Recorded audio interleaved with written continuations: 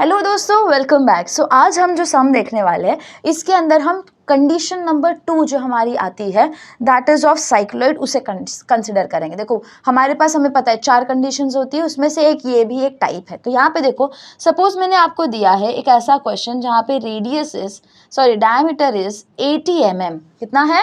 Diameter is 80 mm, यानी कि radius कितना हो गया हमारे पास 40 mm। 40 mm मतलब कितना?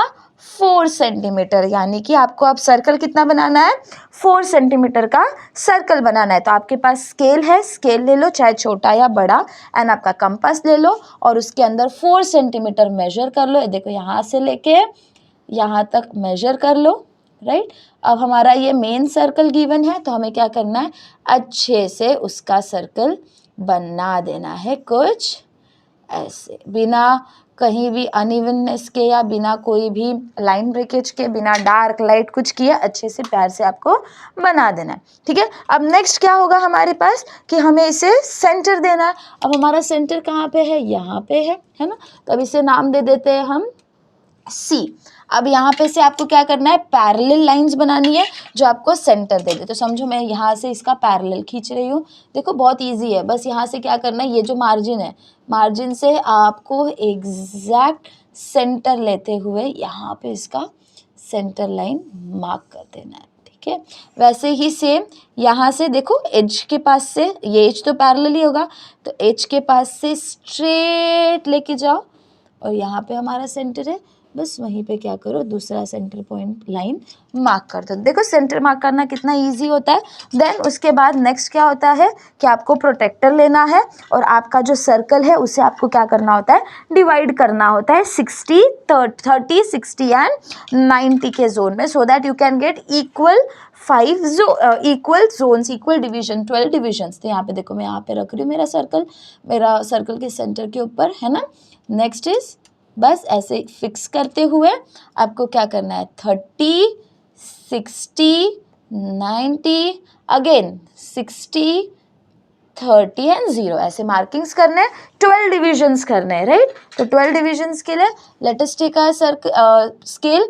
ये पॉइंट देख रहे हो, ये पॉइंट, ये सेंटर, ये सब अलाइन करते हुए एंड देन यहाँ तक आपको लाइन बनानी है। सर्कल के अंदर ही आपको लाइन बनानी है, यहाँ वहाँ नहीं जाना है। मेरी पेंसिल दूसरी वाली 0.5 की यूज़ करना, लाइटर वर्जन। नेक्स्ट ये देखो, ये वाला पॉइंट, ये वाला सेंटर हो गया हमारा, एंड देन बस आपको लाइन ऐसे करके खींच देनी है। अब नेक्स्ट आपको क्या करना है? ये वाला पॉइंट लेना है और उसके बाद सेंटर से अलाइन करते हुए पॉइंट को, ये देखो ऐसे, एंड आपको इधर से इस सर्कमफेरेंस के पॉइंट तक लेके जाना है, सो दैट आपका इस वाला लोअर पार्ट का भी डिवीजन होता जा रहा है साइमल्टेनियसली। देखो ये पॉइंट लिया, ये डायमीटर हमारा सर्कल का सेंटर भी ले लिया, and next side of the circumference के ऊपर भी हमने जाके उसे पार्टीशन दे दी। ठीक है, ये हो गया हमारा पार्टीशनिंग। अब नेक्स्ट क्या आता है? बेस लाइन बनाना है। तो बेस लाइन बनाने के लिए हमें पता है कि हमें क्या करना है?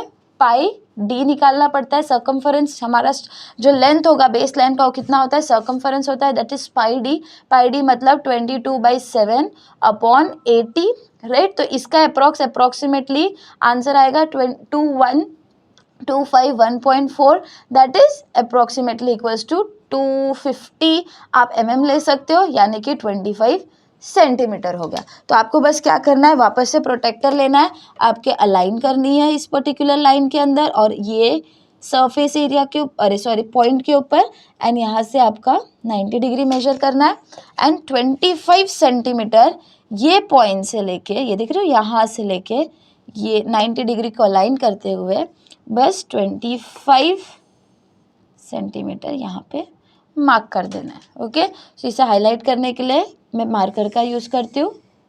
ये हो गया 25 सेंटीमीटर। ठीक है, ये हो गया आपका पाई डी स्ट्रेट लाइन, जिसके ऊपर आपका क्या करना है? ये जो सर्कल है इसको घूमना है।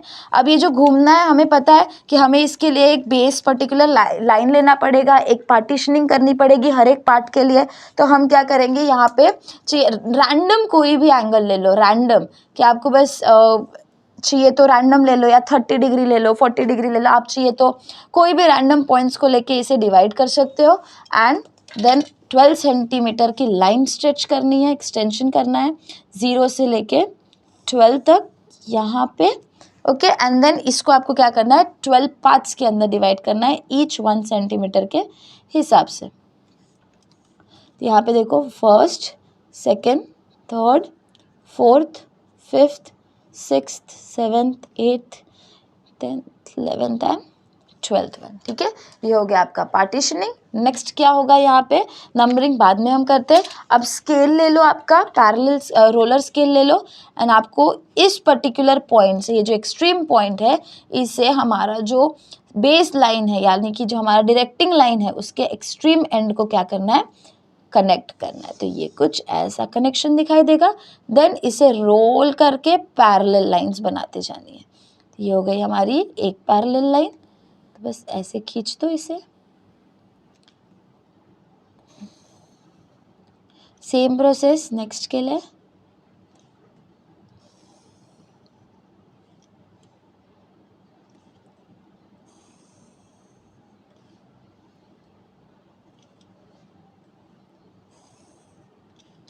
बस ये प्रोजेक्शन लाइंस है, इसके लिए इसको क्या करना है, हमें जितना हो सके उतना लाइट और पतला रखना है, ठीक है।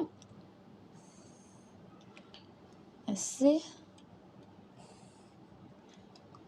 इस प्रकार से आपको इसके डिविजन्स कर देना है।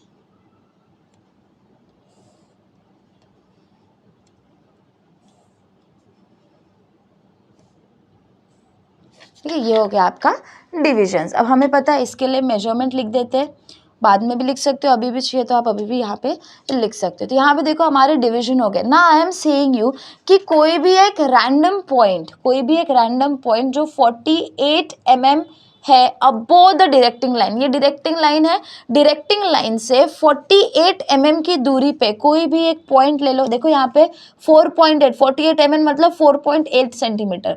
भी एक पॉइंट जो 4.8 सेंटीमीटर, देखो यहाँ पे ये वाला पर्टिकुलर पॉइंट, तो मैं इसे मार्क कर दूंगी जो कि मेरा है 4.8, राइट। तो मैं यहाँ पे क्या करूंगी, इसका डायमेंशन भी दिखा देती हूँ। अब 48 mm अबो साइड में, यहाँ से देखो, यहाँ पे से एक एक्सटेंशन लाइन चाहिए हमें। तो यहाँ पे समझो मैंने वो एक्सटेंशन लाइन रखी, यहाँ की एक्सटेंशन लाइन मेरी यहाँ पे आ जाएगी, ठीक है। एंड देन मैं इसे क्या कर दूंगी, मेजरमेंट दे देती हूँ। दिस विल बी 48, ठीक है, mm की डिस्टेंस पे।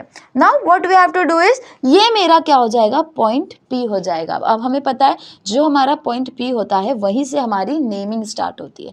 तो यहाँ पे अगर पॉइंट P है तो this will be my 1 2 3 4 5 6 7 8 9 10 11 and this one will my 12th point, ठीक है। उसी हिसाब से this will be 1 dash 2 dash 3 dash 4 dash 5 dash 6 dash 7 dash 8 dash 9 dash 10 dash 11 12। अब चाहिए तो आप इसको नेमिंग भी, इसका भी मेजरमेंट यहीं पे साइमल्टेनियसली लिख दो कि ये हमारा कितना है, पाई डी है, राइट। तो इसे एक डायमेंशन लाइन बनाओ, एक्सटेंशन लाइंस बनाओ, उसका क्या करो, एरोज बनाओ, and this is your pi D, okay, that is 250 mm। ये होने के बाद अब हम क्या करते हैं, अब हमारा जो डायरेक्टिंग लाइन है, ये वाला जो लाइन है, उससे हम क्या करते हैं, बाकी सारे पॉइंट्स को मिलाने की कोशिश करते हैं, राइट। तो जैसे कि ये मेरा डायरेक्टिंग लाइन है, तो अब ये डायरेक्टिंग लाइन को पैरेलल हम क्या करते हैं, लाइंस जनरेट करते हैं। जैसे कि जो लाइन 5 और 3 को मीट कर रही है, उसका डायरेक्टिंग लाइन आपको बनाना है, डायरेक्टिंग लाइन के पैरेलल लाइन बनाना है यहाँ पे। नेक्स्ट इधर से इस पर्टिकुलर लाइन से पैरेलल लेते हुए आगे जाते हुए, क्योंकि ये 6 and 2 का हमारा मिक्सिंग पैरेलल लाइन होगा, सो 6 and 2 से एक्सटेंड कर दो, राइट। नेक्स्ट ये वाला हॉरिजॉन्टल लाइन बना दो। नेक्स्ट 8 and 12 का ऐसे। नेक्स्ट इज 9 and 11, कुछ ऐसे दिखाई देगा। एंड लास्ट इज हमारा 10। ये हो गए हमारे हॉरिजॉन्टल पैरेलल लाइंस।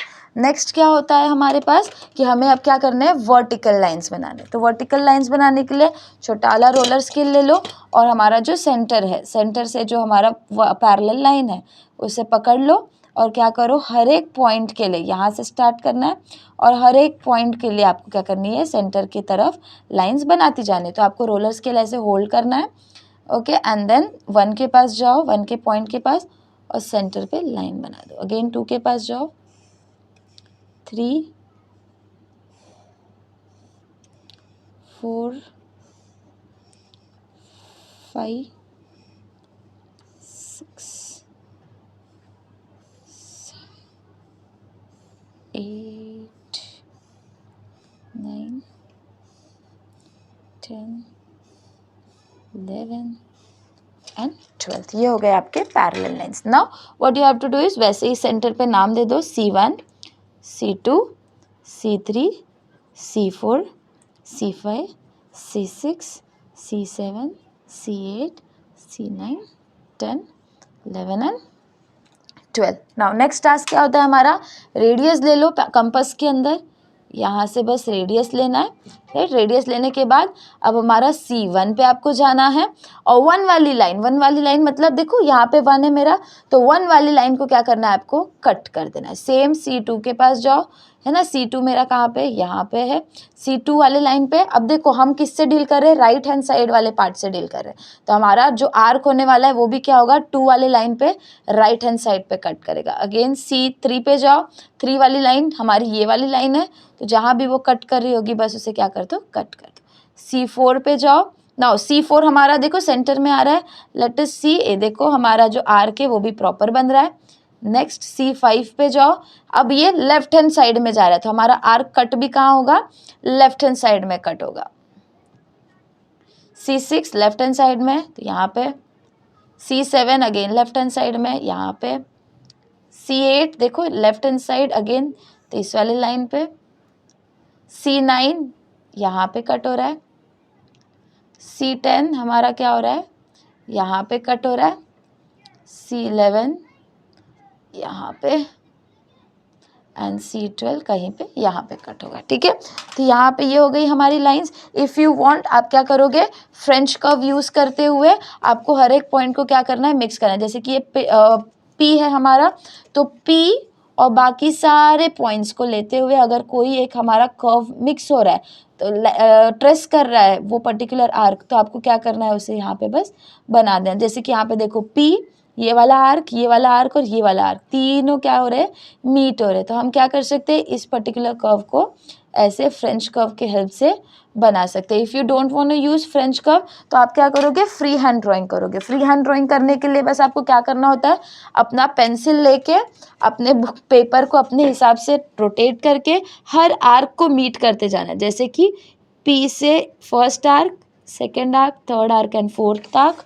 नेक्स्ट ये फोर्थ आर्क से यहाँ से प्रॉपरली, थोड़ा वेवी हो रहा है, बस आपको क्या करना है, यहाँ पे मिट करते जाना है उसे, और ये आपका आर्क कुछ इस हिसाब से दिखने लगेगा। ये थोड़ा सा, ठीक है, आपका आर्क आपको पेंसिल से फ्री हैंड ड्राइंग करके भी आप बना सकते हो बहुत इजीली। नेक्स्ट आपको क्या करना है, नेमिंग देनी है। जहाँ जहाँ पे आर्क बनाया था, P1, P2, P3, P4, P5 हमारा यहाँ पे ही था, P6, P7, P8, P9, P10, P11 and this is your P12. This is how your diagram is going to look like. बहुत ईजी है, बस आपको क्या करना है, ध्यान कहाँ पे देना है, आपके रेडियस के वैल्यू के ऊपर, और आपका जो आर्क का पॉइंट है, दिस वाज कंडीशन नंबर 2, ये यहाँ से यहाँ आएगा, कुछ यहाँ पे वो आता है एंड देन यहाँ से वो क्या करता है, मुड़ जाता है। तो जो आपका आर्क है वो एक इंटरसेक्टिंग पॉइंट पे यहाँ पे आके टच होगा हमारे डायरेक्टिंग लाइन को एंड देन आगे जाके क्या होगा, बाउंस बैक हो जाएगा। तो this is how any point जो 48 mm above the centre line है, वहाँ से क्या हमारा आर्क दिखाई देगा, हमारा कर्व दैट इज हमारा साइक्लॉइड दिखाई देगा। सो होप सो आपको ये सम समझ में आया होगा। See you soon in the next session, जहाँ पे हम लोग इनवॉल्यूट को अंडरस्टैंड करेंगे। Till then take care of yourself.